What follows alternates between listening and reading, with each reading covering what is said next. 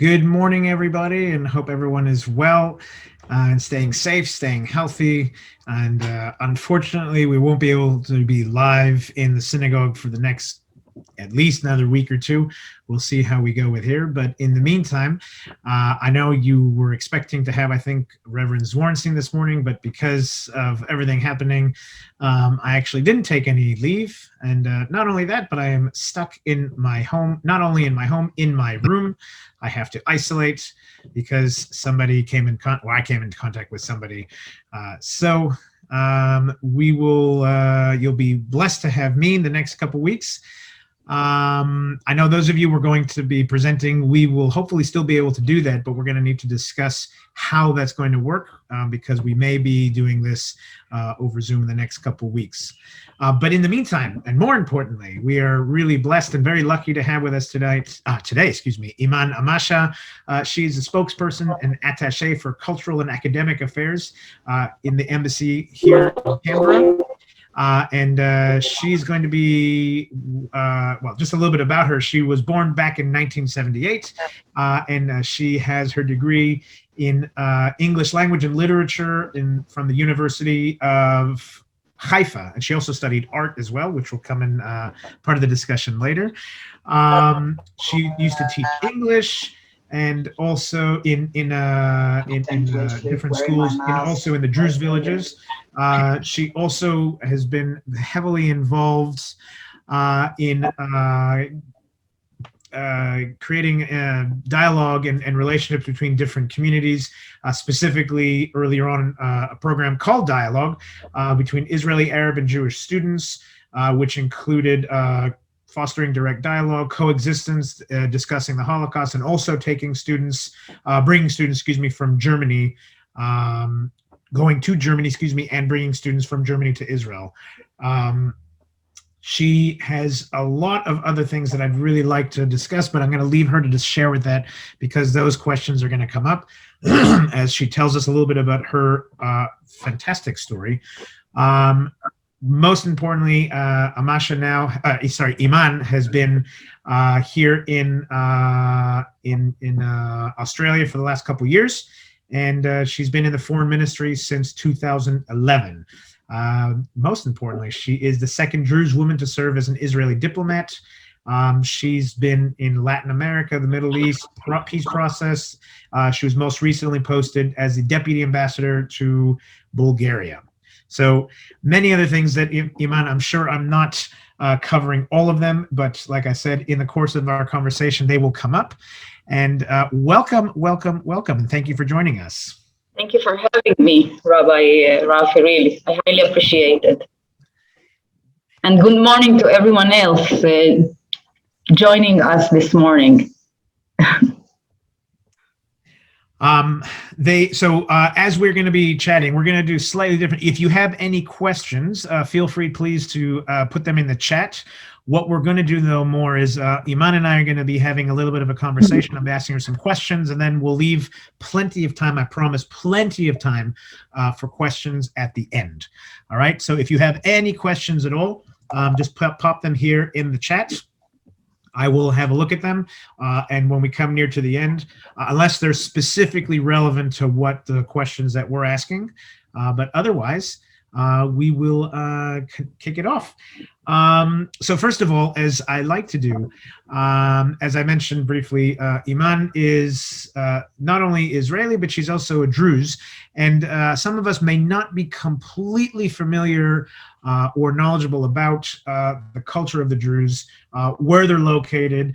And so, Eman, if you wouldn't mind starting off a little bit with that, tell us a little bit about the Druze culture, where they are located in the Middle East, but also some similarities or significant differences between the Druze culture, Arab culture, Israeli culture, Jewish culture, because they all kind of well up from the same area, but have their significant differences as well. Yeah, so thank you for that, Rabbi Rafi. Of course, this question comes quite often, even here in Australia, when I realized that not many Australians, including members of the local, actually Jewish community as well, have actually heard much about the Druze society. And I thank you for this opportunity to present the community I come from, also here in Australia, to the Jewish community, to the Friends of Emanuel Synagogue. Very generally speaking, the Druze is considered to be a religious, quite secretive group, although it has become less secretive over the years, especially during the past century.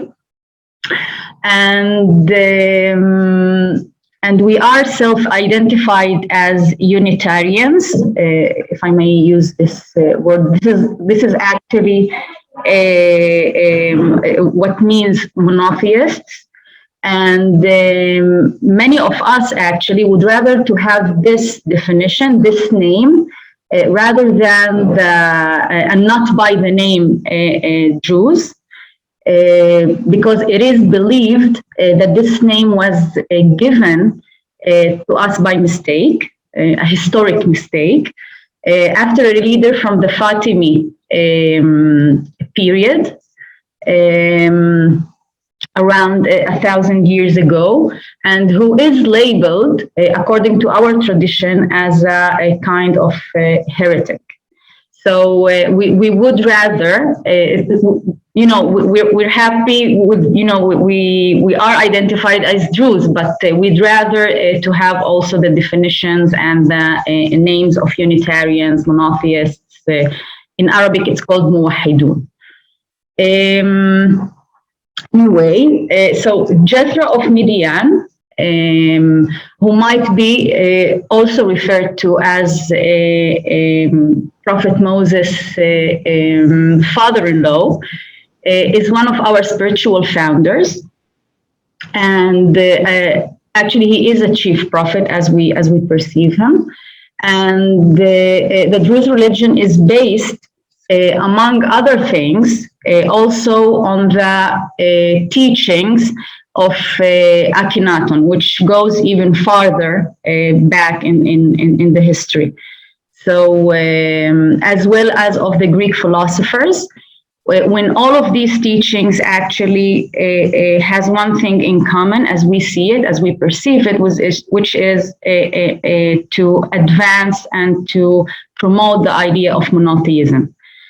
So Plato, Socrates, Aristotle, and of course Pythagoras are all considered to be, besides being philosophers, even scientists, they're also considered to be quite holy according to our traditions and our beliefs. The Druze faith does incorporate elements of Islam, many elements of Judaism, as well as Christianity, but also Neoplatonism, Pythagoreanism, and Buddhism in some aspects. And all of these elements at the end highlights the two main things: the importance of the mind, of the reason, and truthfulness. We believe that these two things, that we need to live up to these two principles, according to the Druze belief. And this is actually also the basis that allows us to perceive other religions as equal in their importance and very valuable also in terms of during the history of humankind, of mankind. So we do concentrate on what, on the things that we all have in common, rather than things that differ us as groups, as ethnic groups, as different communities. However, if we refer to the Druze social customs, so we do have different customs. We do have a very unique way of life. And even in Israel, you can tell, we are markedly deferred by Muslims or Christians, and we are known to form a close-knit, a more cohesive society, and that means that we don't actually allow people to join our community. On the other hand, we do integrate fully in our homelands, whether it's in Israel, but also if you see Druze communities, Druze societies in Lebanon and Syria, so they are fully integrated in their homelands as well.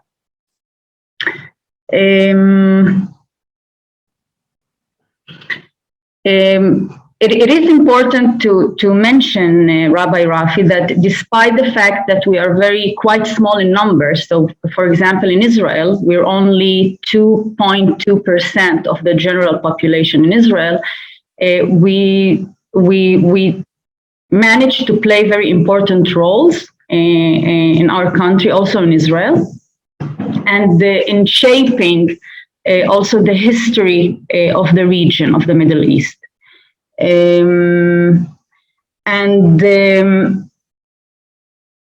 Despite the fact that we don't have any also aspirations for national, for a country of our own, and despite the loyalty that we have expressed in Israel, and the fact that we feel and we actually manage, a full members of Israel as we see it today, we still have to face some challenges in Israeli society, and it's mainly clear, and when it comes to infrastructures, for example. And I believe that in time, these challenges, these gaps, as we see it, hopefully we will, now when we also have a new government, maybe more emphasis will be given to these aspects as well. But of course, having these challenges and some obstacles that we still need to face and to deal with in Israel, we feel and we follow as well, the feeling of being fully Israelis. So this, these challenges doesn't affect at all our affiliation to Israel and to Israeliness in this regard. Around Israel today, there are around 16 villages. Actually, they are no longer villages. They are mostly perceived as small towns because our population, although it is growing, very slowly, I have to say. We are not, our population is not getting too big compared also to other populations around Israel. But today you can see that what used to be defined as villages, today there are more like small towns, small cities around Israel. There are 16 towns or villages in Israel, mostly located in the northern part of Israel. I personally come from Osfia and Dalat el-Carmel, which is more central.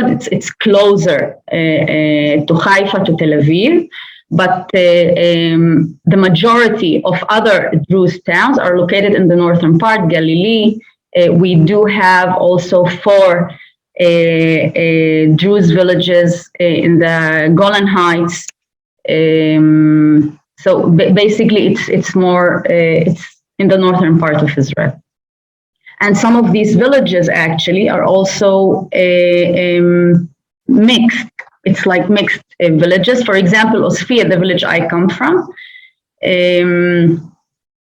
So we do have there Muslims, we have a Christian community on Osfia, and for many years, for hundreds of years actually, we have managed to live peacefully and as neighbors and as friends in one village. Should I stop here, Rafi? Maybe. So there's two follow-up questions. Number one, yes. is there a Druze diaspora community throughout the world, specifically here in Australia? And is there anything specific to Druze culture, like a language, or do they just simply speak the language of the area, like Arabic, I would imagine? Yeah, so we speak in Israel, for example. I have to say today that I speak Hebrew and Arabic equally. And I have to admit that when it comes to expressing myself, even in writing, I'd rather do it actually in Hebrew. On the other hand, I love Arabic. I'm very proud of having it as my mother tongue. This is the language I use when I talk to my grandmas and to my aunts and to my friends, and of course, reading in Arabic, communicating in Arabic. Our transcript, religious transcripts are all written in Arabic. So Arabic is a very important language to us. But our belief, our religion, so it is a part of my identity, but it's not the sole part of my identity. And our religion is in a way, is beyond languages as well. If a language today would become a political thing, so for us it's not relevant. It's only an instrument, a tool to access text, of course, culture in a way, but it's not only the main thing. So today I have to say that being an Israeli, I'm proud of the fact that I control and I feel identified with both languages equally, both Arabic and Hebrew. But basically, Druze in the Middle East, they speak Arabic. This is the main language. Wow. I mean, listen, we could do a whole session of an hour and a half just talking about Druze culture and relations. I know that I've had a few trips to Israel and always stop in a Druze village, and I can't remember the name of the last one I went to, but I know one of the hallmarks of Druze culture also is hospitality, and opening their home, but also the incredibly warm relations that they have with Israelis and culture and things of that nature. But I want to move on because there's so many amazing facets of you that we want to get to today. We might have to have you back to speak specifically about Druze history and culture and relations with Israel.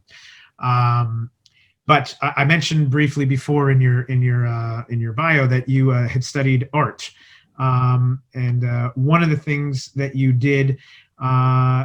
You were a little bit of an artist, and in fact, you had an exhibition back in 2002. So can you tell us a little bit about that art exhibition, but also why was it so significant? There was something a little bit about your art, but also the very significant about that specific exhibition in 2002.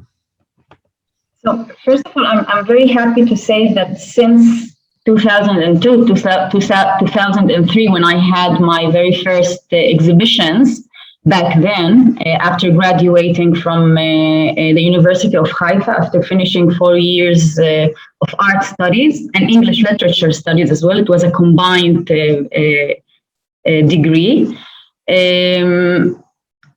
I realized right away that we don't really have, and I actually had this feeling also while studying art in the university, that I didn't get the chance to meet many of my society, of my community, actually learning this subject.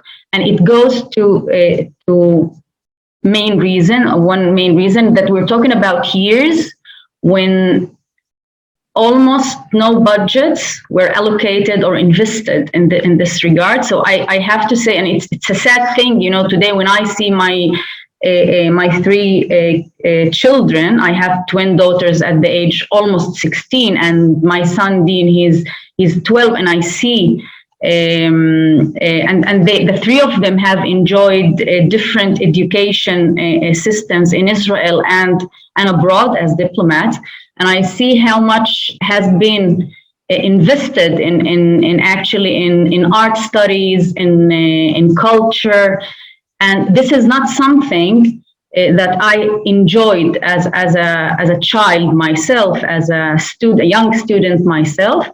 And I'm very happy today to see the big change that has occurred.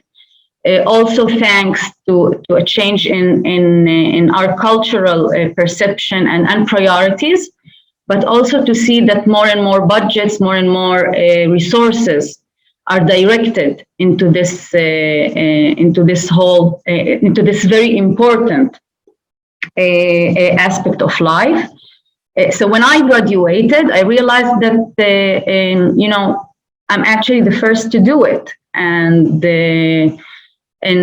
when I had my first exhibition, I didn't even realize it until I actually did it back then, that I was the first Druze artist, female Druze artist, because we did have again not too many male artists, mainly men. So back then, 2002, I realized that I happened to be the very first to actually exhibit out of my community, my society limits, and I was very proud about it. But right afterwards, I still remember the many challenges that I had to face when trying to integrate in this whole world of art and culture in Israel.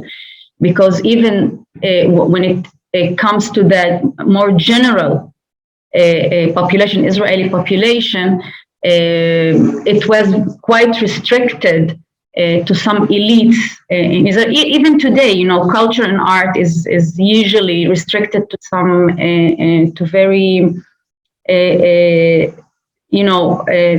to a certain level of society. Today we see that it's more open, and I'm really very proud and happy to say that today we can find many artists, Druze artists in Israel, that has got the chance to express their talents, to express themselves, and to even reach international recognition. And the two of those artists are really one painter, Fatma Shannan from Yerka, Druze village in the northern part of Israel, and Amira Zayan, who's one of the best, really, photographer today in Israel.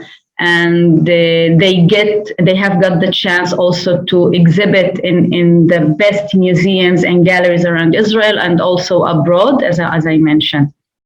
So yeah, since then I'm happy to, that I was the first to actually do it. But I'm really very proud and pleased about this ongoing progress and having more and more women from the Druze societies integrating in this as well. That's amazing. I mean, wow.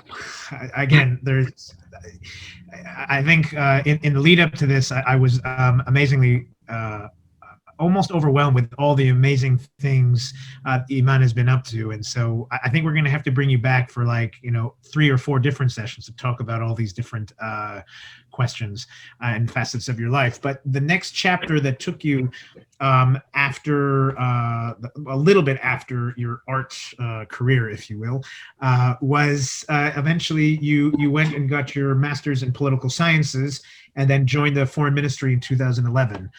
Can you speak a little bit about that, how that decision was formulated, why you decided to go into the foreign service?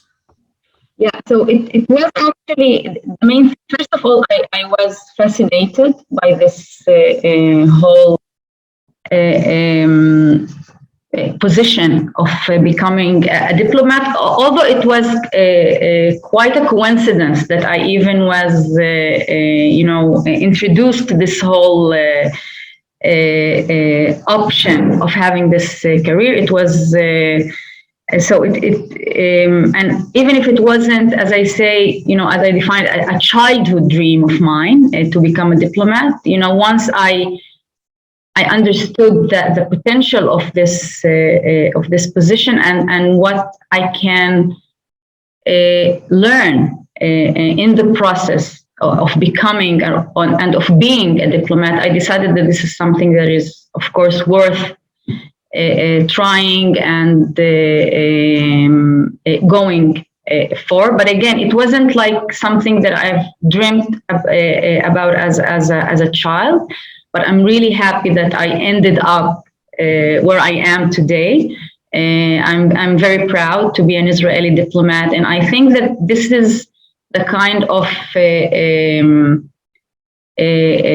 career that allows you to experience, including, by the way, the many aspects of art and culture. Because, I am the spokeswoman of the embassy, but I'm also the attaché for culture and academic affairs. And many times I'm happy to see that I get to use my experience also in this field of art and culture. And it makes my work even more interesting. And it allows me to express myself even better. So yeah, I got here in a way, it was a nice coincidence. Excellent. So we've covered quite a bit of the different aspects of your life. And I'm wondering, because you are an Israeli, you're also a Druze, you're a diplomat, and this may be shocking news to people who are watching, but you're also a woman. And so how do you, for us Jews, we also have to learn to balance multiple aspects of our identities in the world that we live in. I'm curious, how have you managed to balance all of those different identities of, Israeli, Druze, a diplomat, an artist, being a woman in the foreign service as well? How has that some times where you've noticed the challenges or opportunities or some experiences you'd like to share with us? Mm-hmm. So maybe in this regard, Rabbi, I still have to give more background about the Druze community, also in regard to women's rights and to my status as a woman, as being a Druze woman. And because I do think that these things, in a way, define my identity. So let's be like, if to be honest about it, ceilings are still there, are still above me in a way. Some of them are imposed by the society, by my society, the community I come from. Because in many aspects we are still considered to be a conservative society, as conservative community. On the other hand, some of these ceilings are also positioned above me, as above other women, and not necessarily from the Druze community, but also from other communities around Israel. Is actually positioned above us by the general population, by the country, and being a member of a minority group, sometimes it makes this ceiling even more, how to define it, like more solid, more more difficult to deal with. However, there are a few things that people don't really know or actually think about the Druze women. So as a Druze woman in whose family you get to see secular and religious people live under one roof, quite harmoniously with mutual respect. I want to point out that the rights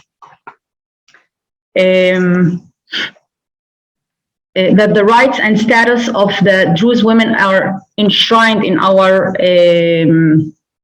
in religious writings and laws, except in extreme cases, of course, as we may have also in other societies. We are generally adhered to these rules, to these laws. So some of the rights that Druze women gets to enjoy, and this is something that of course affects our daily life and our choices eventually, is that the Druze are meant to marry for love, for example, and this is something that sometimes people don't really, considering us a conservative society, so you might have some kind of stereotypes. And for example, the matchmaker mechanism doesn't even exist in our society. And a Druze woman, and this is something that I'm quite proud of it. We do have the full right to request and receive a divorce without becoming, as may happen in the Jewish society, that you become a guna, as you'd say, as you'd call it, who's actually chained to dead marriage. So this is something, for example, that it's an immediate right. If a woman would like to divorce, she will get it, a Druze woman. And even in when we do have the traditional strict lifestyle, so usually it is relevant also for women as for men. So even in that regard, we do have this kind the equalizing rights and duties between the two sexes.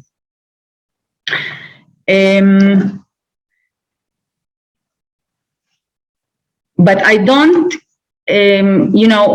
I do admit, of course, that we still have some gaps between men and women, even if in the Druze community, and even if, according to our religious script, there's supposed to be full equality between the two sexes.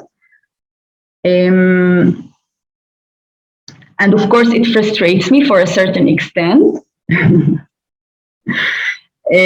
But things are more possible today in our society, and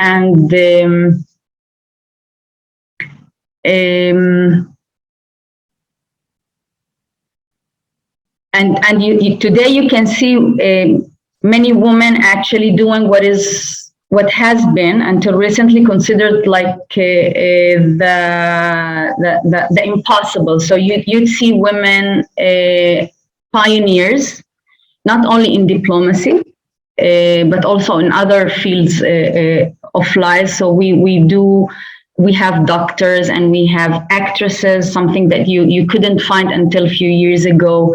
And we have leading women brain researchers and excellent musicians. I'm very proud to say that we have a very gifted engineer, women engineer, even at NASA in the United States. And most, even traditional Druze today, acknowledge these pioneer women. So in this regard, many changes has happened, and of course it has made. All of these changes have made my life as other Druze women much easier. Even if some of these professions will still be considered like as a male domains, but even there today you can find and see more and more women integrated in these domains as well. So again, I'm trying to be as brief as possible. Sorry, still on mute. No, it's amazing to see the accomplishments that have been done so far, with much more work to be done, of course. And we see that not just in in Druze culture, but in Israeli culture, Australian culture, the world at large, there are absolutely progress has been made, but much more to be done. Absolutely, yeah. But I have to say in this regard, Rabbi Rafi, that I think that these trends that I've just mentioned and changes in the Druze society, it also has to do a lot with the fact that we live in a democratic state, of course, in Israel, where even if there we still have, and this is something that is right for many, as you said, for many communities, for many societies, but you can see that the general trend and the general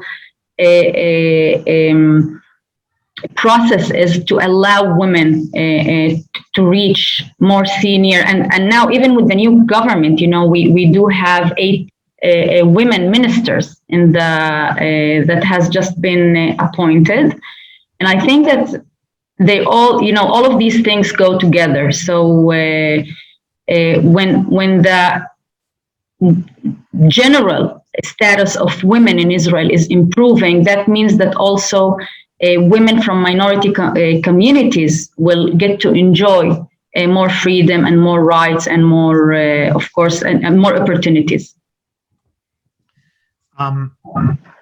Again, so much more to unpack there, but I really want to get into at least one more topic of the things that you are working on. Of course.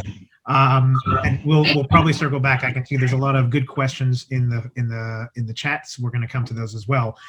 But there's at least one more aspect that I think is really important that we hear about from you. Actually, it's more than a few years ago now. There was a woman in Israel called Michal Sela, who was brutally murdered by her husband. And you've become involved with a group headed by, I believe, Lili Ben Ami, and it's called the Michal Sela Forum. Rather than me telling a little bit about that, and I'm going to link in the chat here also the article that has a recording, also a brief summary, so people can hear about it. But could you tell us a little bit about how, first of all, what this project is and how you became involved in it? Yeah, so I actually became involved in it when a bit more than a year ago. A special program was broadcasted in Israel in one of the channels there, and it was about Michal Sela, who was tragically murdered by her husband back then, and it was a really very difficult program to watch, and it really touched most Israelis when it was broadcast back then, a bit more than a year ago. But I was very, very impressed also then, just like many Israelis were, by her sister, Mrs. Ben Ami, Lili Ben Ami, an activist who decided to actually create this forum that was called on her sister's name, Michal Sela, when the idea is to combat and to tackle domestic violence, just like we tackle and we deal with and we combat terrorism. And in order to do so, Lili Ben Ami was very successful in reaching out to different sectors in Israel, including, high tech, but not only the high tech sector, but also in IT. But she has managed to get the right people also from the government, including President Rivlin, who gave his blessing and even hosted the very first hackathon that took place a bit more than a year ago. I was very, very impressed when and very touched by Michal's tragic story, but also very impressed by what Lili has managed to do, despite the family tragedy that they all had to experience and to go through. And back then, I was also introduced to another initiative that was led by the AICC, the Australia-Israel Chamber of Commerce, under the really very special leadership of both Michelle Bloom and Gillian Siegel, when they actually adopted a financial, let's say, instrument or tool that was developed by Israeli technology, and they managed to actually have this into the Australian banking system. So I reached out to Michelle, offering her maybe to try to do something and to collaborate with Lily, because I believed back then, and I still believe, that her very special voice needs to be heard also here in Australia. Because, you know, Rabbi Rafi,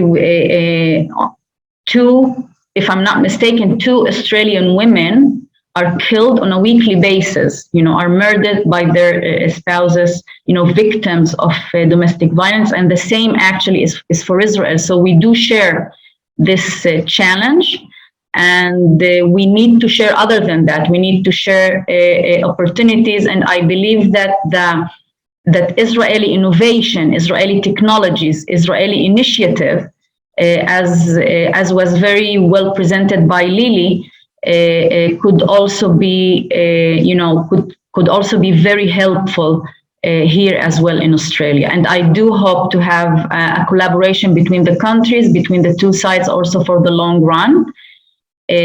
Other partners for this collaboration are Microsoft Australia, as well as many authorities from the public sector here in Australia, but also in Israel. So yeah, hopefully we will hear more about this collaboration. Yeah, I encourage everyone to read the article and listen to the interview of the link that I just sent in the chat. It's impressive, the work that they've done already for such a worthy cause, and some of the statistics that I had no idea that. A lot of the times, for example, there are warning signs, but typically what happens is the act of violence is not preceded by any other acts for the first time. So there are a lot of people, a lot of women specifically, who are in danger, and we need to be better at identifying that and hopefully preventing that before it's too late. And so putting your already impressive talents and the relationships that you've already accumulated to this very, very worthy cause, I think is definitely to be commended. If possible now, there are some questions that I wanted to get to. I think those were the questions that you and I had spoken with. But specifically, before we leave this topic, I think also amazingly impressive the technology that's being brought to bear in this, like you said, comparing it to the fight against terrorism, I think it's one of these moments where it's like, it's such a simple idea, but something that no one has ever actually thought of before, to harness that, the creativity for such a worthwhile cause. There was a question here. I'm going to go back. I don't know if you saw it in the chat as well, Eman. You mentioned the full integration of Druze in the homeland in which they live, which may be Syria or Lebanon or Israel. And we as Jews also have that same injunction where we live. But the specific example that Bob is asking is, Israel is still at war with Syria, and armed warfare between the two has occurred in the past and unfortunately may occur in the future. What are the implications for Druze in each country? And I'm not sure. I know in Israel they can and do serve with great distinction. If they serve in the armed forces in Syria, what are the implications there? Or has that already happened? So thank you for that. That won't be the first time that Israel is in war in Syria, and even when during the war of 73 and 67, Druze were there, and they were just like we were fighting with the Israeli army, Syrian Druze fought for their homeland country, for Syria. And this is not the kind, again, it's our affiliation and loyalty. And I emphasize the word loyalty. It's not just, it's a very deep affiliation to our homeland. This is even more important than anything else. So we are very committed to defend our land, and in this case, my land is Israel. This is where I was born. This is where my children were born, and we've been there for the Druze community is very ancient. Also in ASO, some of these villages have been there for even over 1,000 years, ago. So our affiliation is very, very strong, and we have managed during the past 73 years after the reestablishment of Israel to lead a very good relation with the Jewish people, based on mutual values and mutual interests, on mutual beliefs as well. So I appreciate the Syrian Druze who cares for his country, and I believe that it's a kind of mutual, because if he too or she, they also this is a very strong belief, and this is a part of being a Druze. So I have to say that we don't bother ourselves with this kind of thoughts. In the battlefield, they're soldiers, we are soldiers, they're Syrian, we're Israeli, and that's it. Somewhat following on to this question, and I know we spoke about this in the class here, I don't remember when it was now, about a year ago or more, when the new national law was being discussed. And it had some implications for the minority groups in Israel who were not Jewish. What was the reaction? I mean, and again, I hesitate to do this because I'm sure Druze society is as diverse as any other, and there isn't one approach and one monolithic cultural identity, but a vast nuance that exists there within the society. But if you could, was there any kind of reaction to or thoughts to the national law when it was being discussed? Or was it a year and a half ago, whenever it was? I believe it was maybe on the background of the nation state law, right? Yes, sorry, that's what I meant. Yes. Yeah. So, no, we don't have a problem with Hatikva, just like we don't have, and we've never had any problem with any of the symbols of the state of Israel.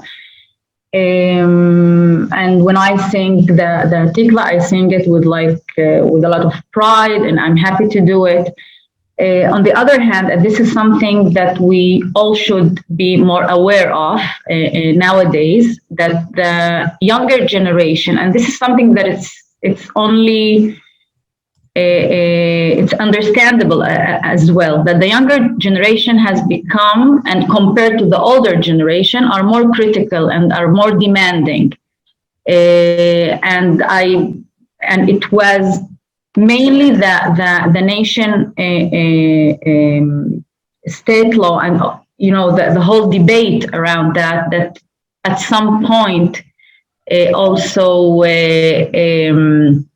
we had also this debate about Hatikva, but I can assure you that most of the Druze community have never had any problem with that. We don't have problem with any of the symbols of the state of Israel, but we do believe that this is about time to have our full rights in Israel, and I think that this is at the end what matter, that on the ground we demand full equality, and hopefully this will also be reached in the near future. B'mehera b'yameinu, speedily in our days. You had mentioned earlier about obstacles for Druze citizens Can you elaborate a little bit on that? What does that look like? Obstacles in that is one of the obstacles that I've already referred to. It is in terms of actual, physical infrastructures in the different villages and towns. As I said, we are no longer villages. It's mostly towns and small cities. And with the growing population, unfortunately, the infrastructures are not getting any better.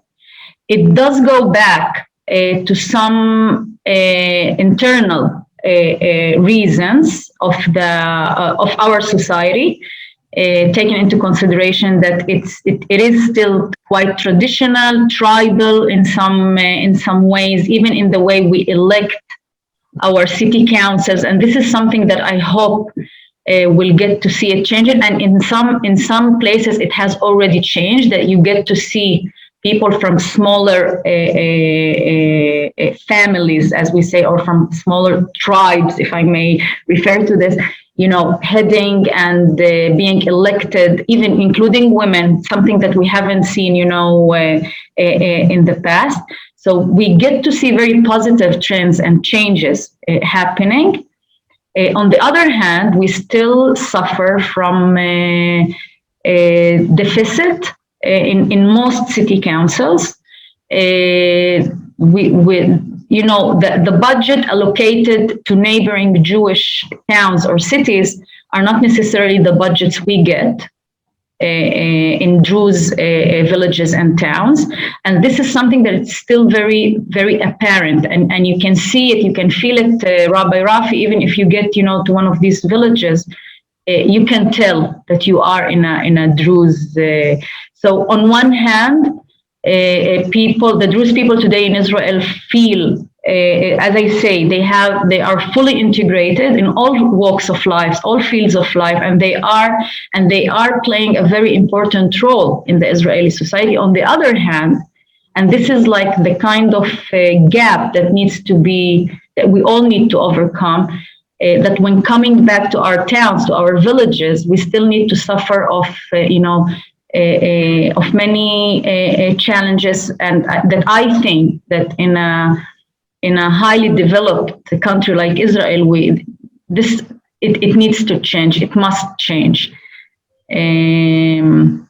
So yeah, this is like in a very general, and I do believe that other changes that we still have to face. For example, I'm very proud to be only the second woman, or in the Ministry of Foreign Affairs. But we are still, I'm not sure if this is the right word to use, but underrepresented in many offices, ministries, in the public sector in general. So I do hope to see more Druze member from the Druze community integrating also into positions in the public sector, in government. So this is like another challenge that I believe we still have to face. There's some questions coming in about Druze politics as well. Typically, is there a party or a political leaning? You mentioned being more of a conservative culture. Is there a separate Druze political party? Do they allocate seats in the parties that they're part of to Knessets? I know that there is the Arab list, for example, but or the Arab Party, excuse me, but they have 20-something% of the Israeli population, whereas you said Druze population is 2-point-something%. So where does the Druze political leanings or affiliations normally lie? So the Druze society in Israel, just like the Jewish society in Israel, it's very diverse, very democratic.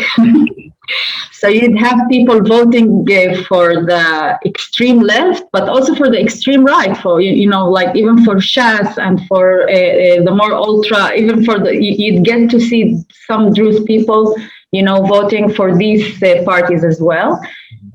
So you'd have people voting for the left wing parties, for the right, And no, we don't have our own party.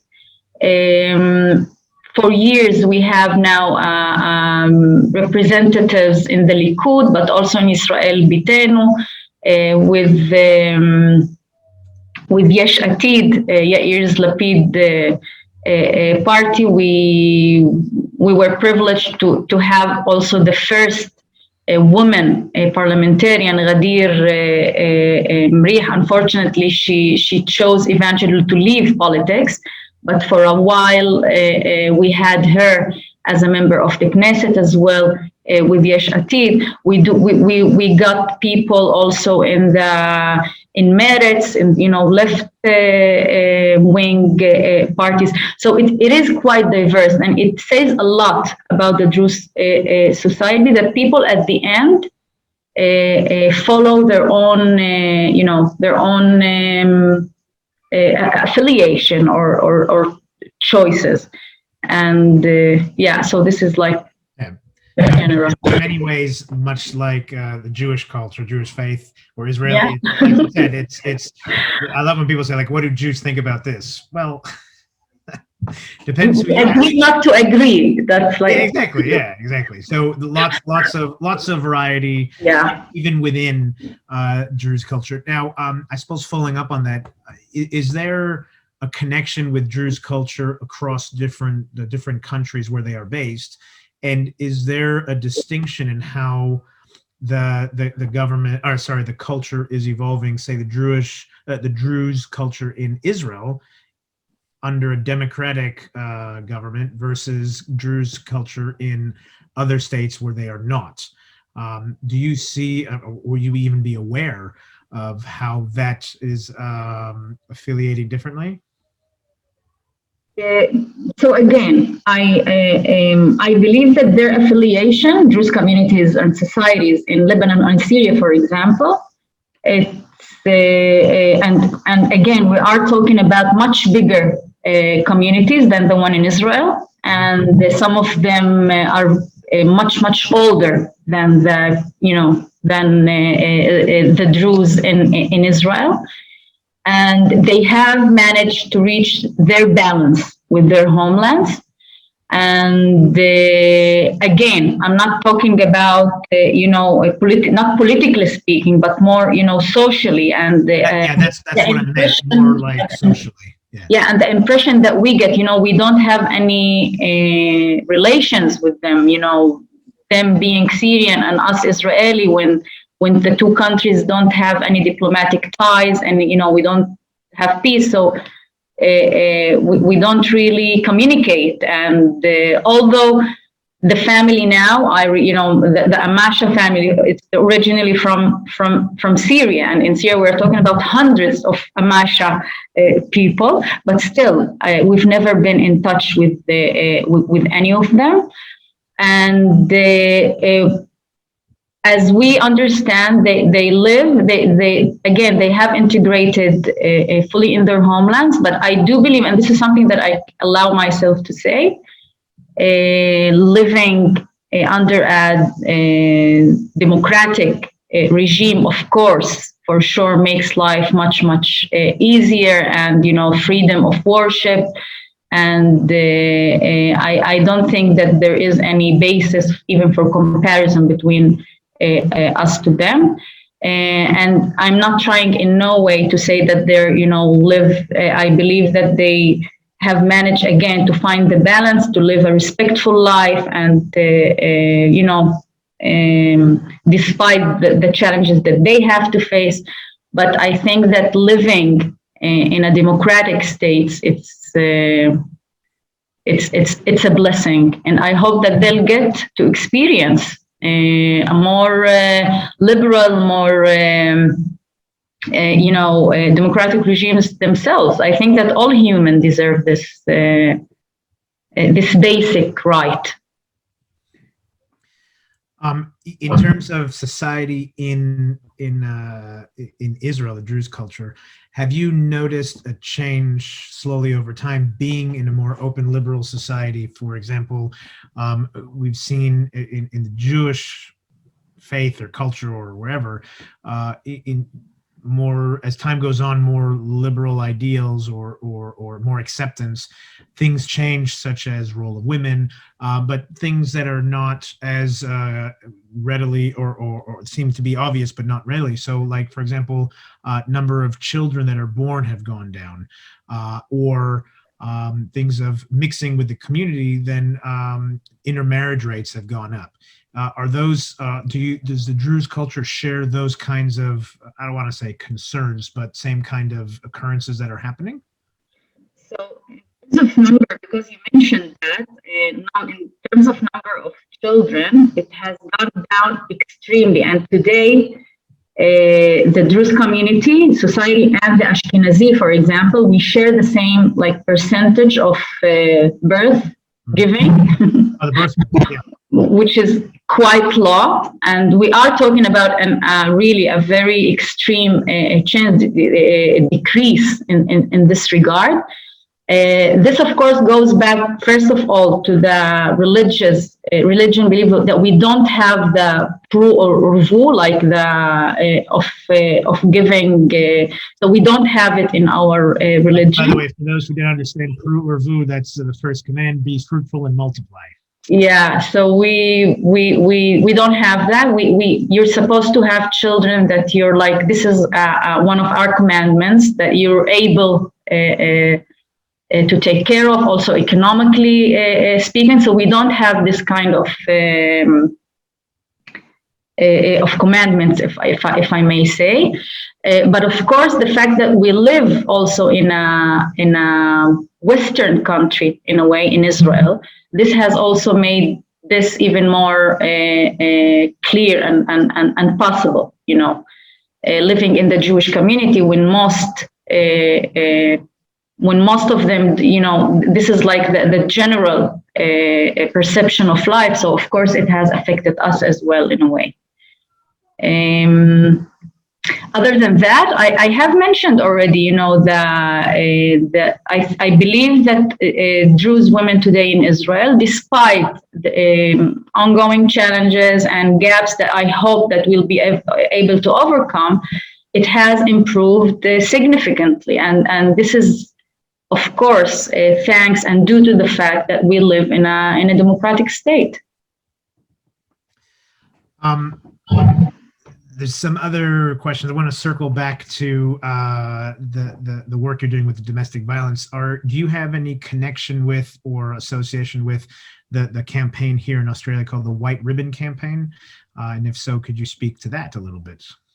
No, actually, I haven't. I've heard about it, but we haven't yet got to this point. Yes, but hopefully, when this project collaboration will progress, hopefully we'll have more local Australian partners as well on board, because this is actually the idea, to spread the news and to have more people dealing and combating and tackling this horrible phenomenon. It's certainly a problem common throughout the world. Yes. And the ability to to unite in the common cause for a search for a solution, various and disparate cultures, is one way to bridge those divides between the different countries, peoples, and things of that nature. There was another question about, I don't know how involved you still are with your art and your art career, but have you sought out and had any experience with artists here in Australia? Not really. I have to say that my position here, I did have this, by the way, when I served in Sofia, in Bulgaria.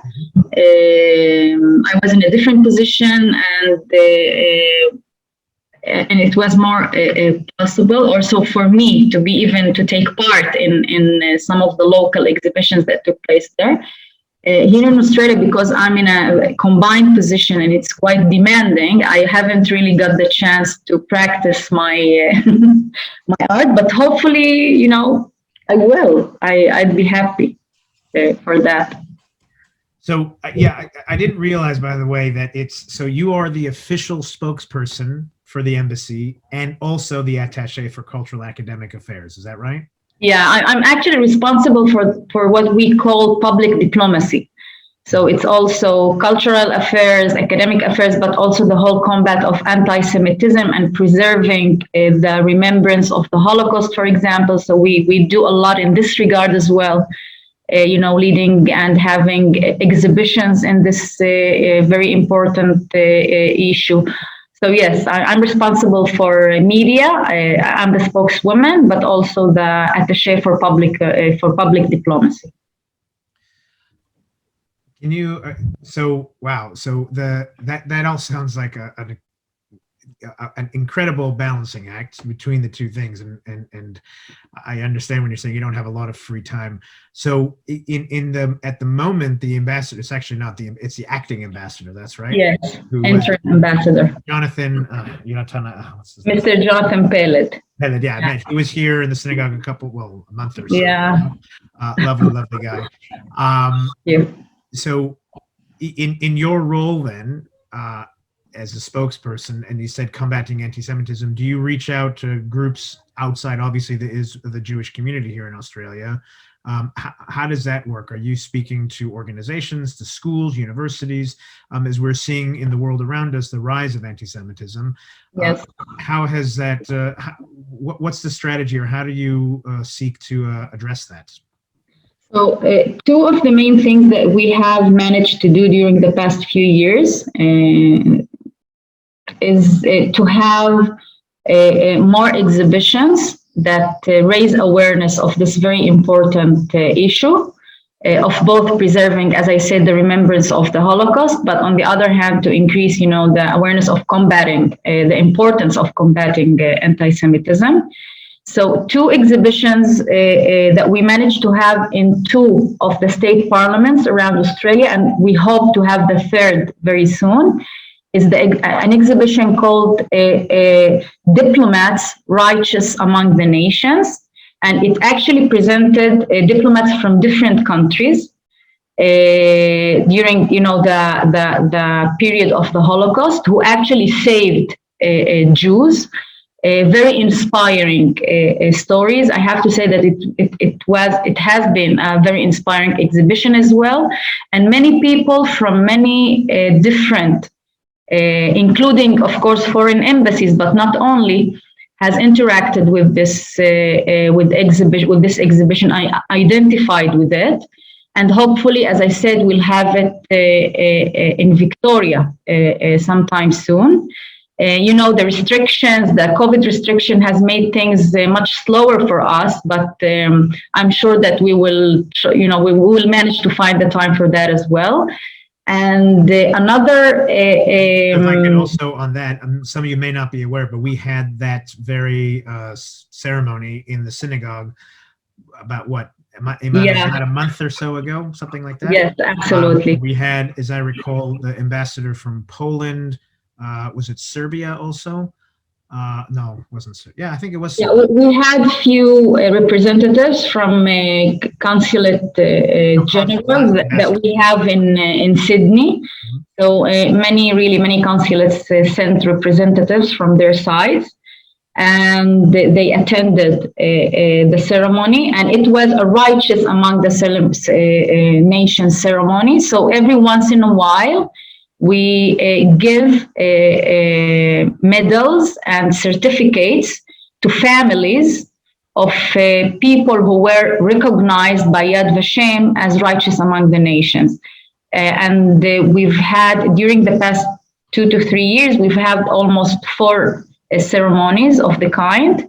And again, many of these ceremonies also get to have a media coverage, and then we get to reach out even to broader audience and of people, being aware of these very special stories and of the importance of being a good human being. Absolutely. I mean, those of you who aren't aware of the righteous among the nations, probably one of the more famous ones would be Oskar Schindler. But it's really a very powerful ceremony that we were really honored to be a part of. That's an interesting question just come through. As a Druze representing Israel in Australia, Eman, have you ever experienced any backlash from the local Arab or Muslim communities? Australia? Yeah. You mean? Or here in Australia, or when you were in Bulgaria, or any other places you were posted? Yeah. So again, not in a personal. But yes, as an Israeli diplomat, like many Israeli diplomats around the world, and especially when an operation, a military operation, is taking place, and of course during the recent clashes and tension that we had in Israel. Of course, every time that something like this happened, and of course in my capacity, in my position.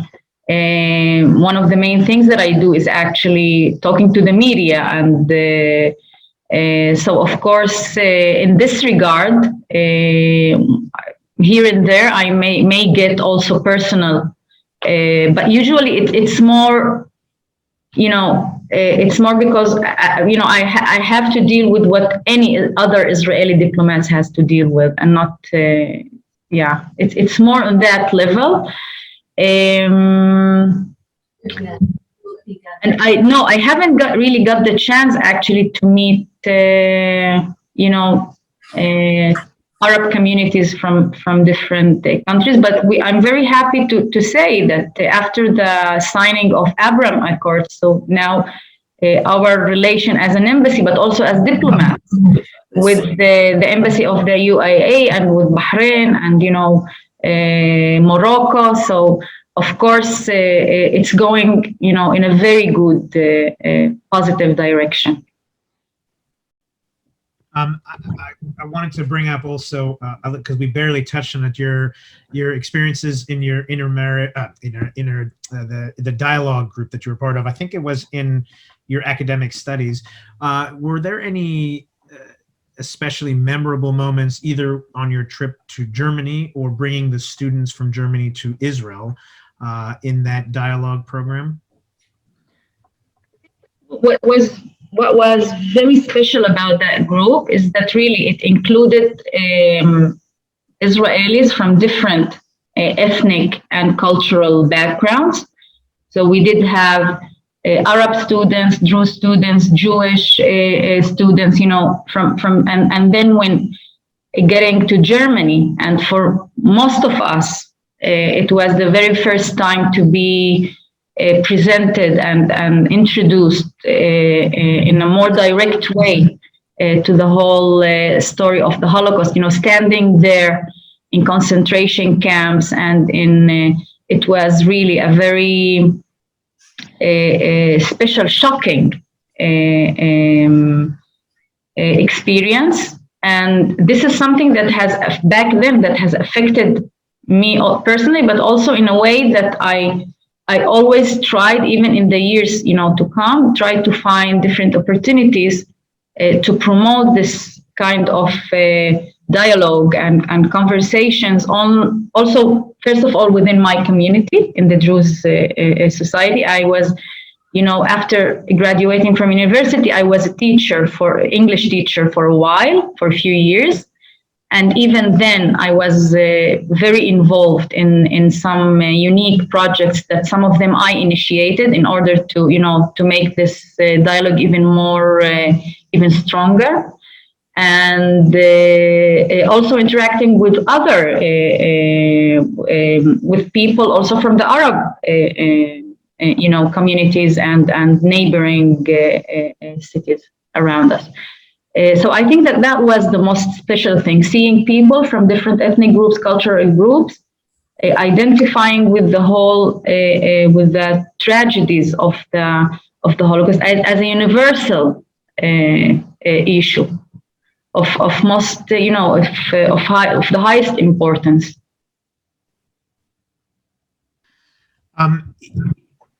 How long is your posting going to be here in Australia for? So I have to say that I will be concluding my my position in the embassy. No, I will be concluding my current position in the embassy by end of July. And I hope that you'll get to meet our new spokeswoman, Hila Oved.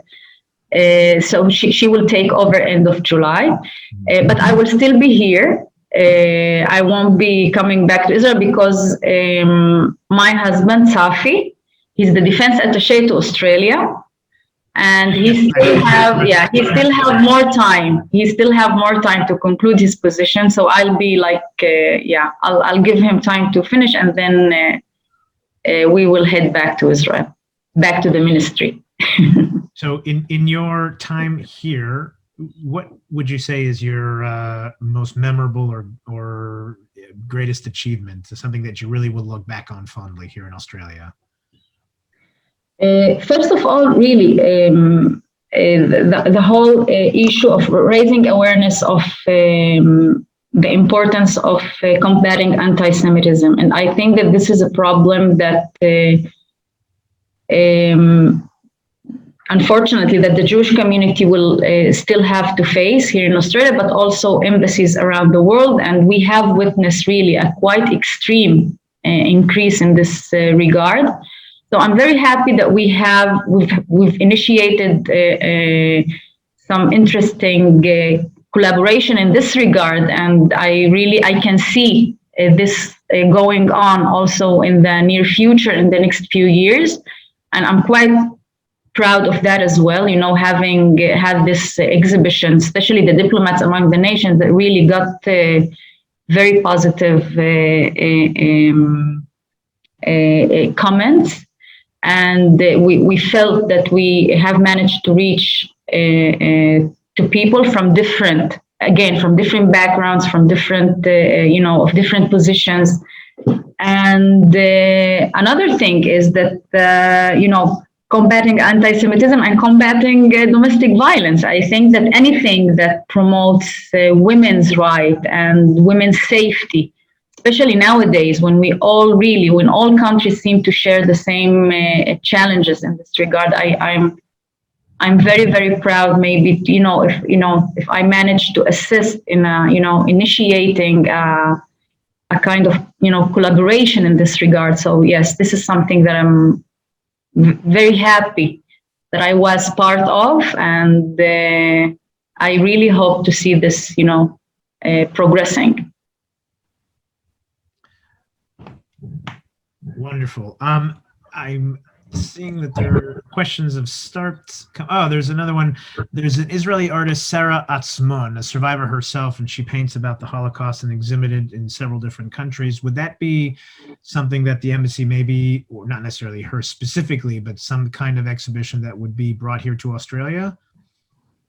Again, we were very happy to consider any cultural collaboration, and many times, of course, we assist.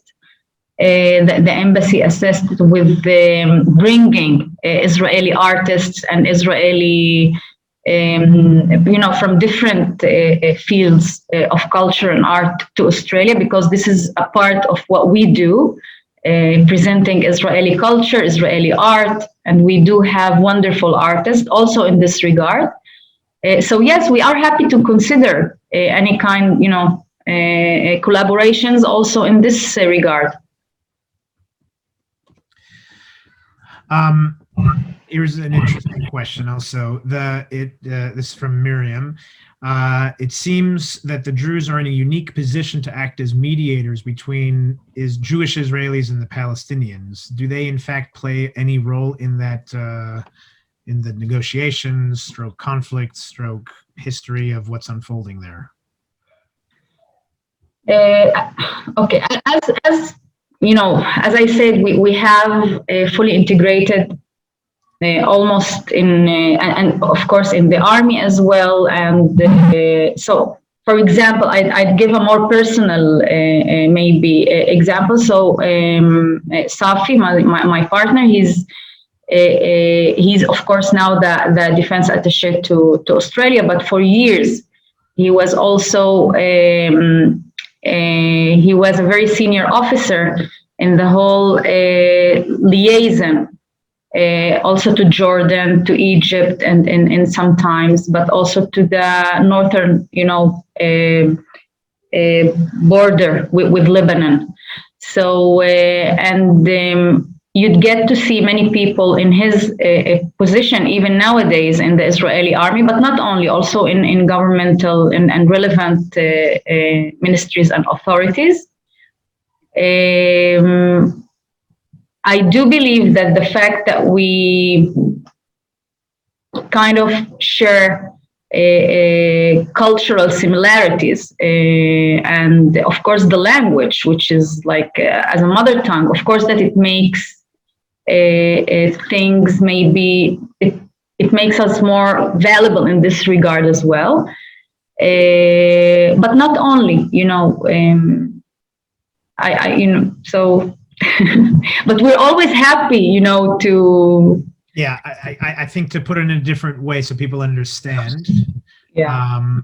Druze, as Israelis or Jews, it's sometimes convenient, or we forget and we see the Druze as a separate people, whereas it seems to me the Druze see themselves as Israeli and Jews, sort of how we Jews here in Australia see ourselves as Australian and as Jews as well. Yeah. And so there are those of us who fully and completely integrate.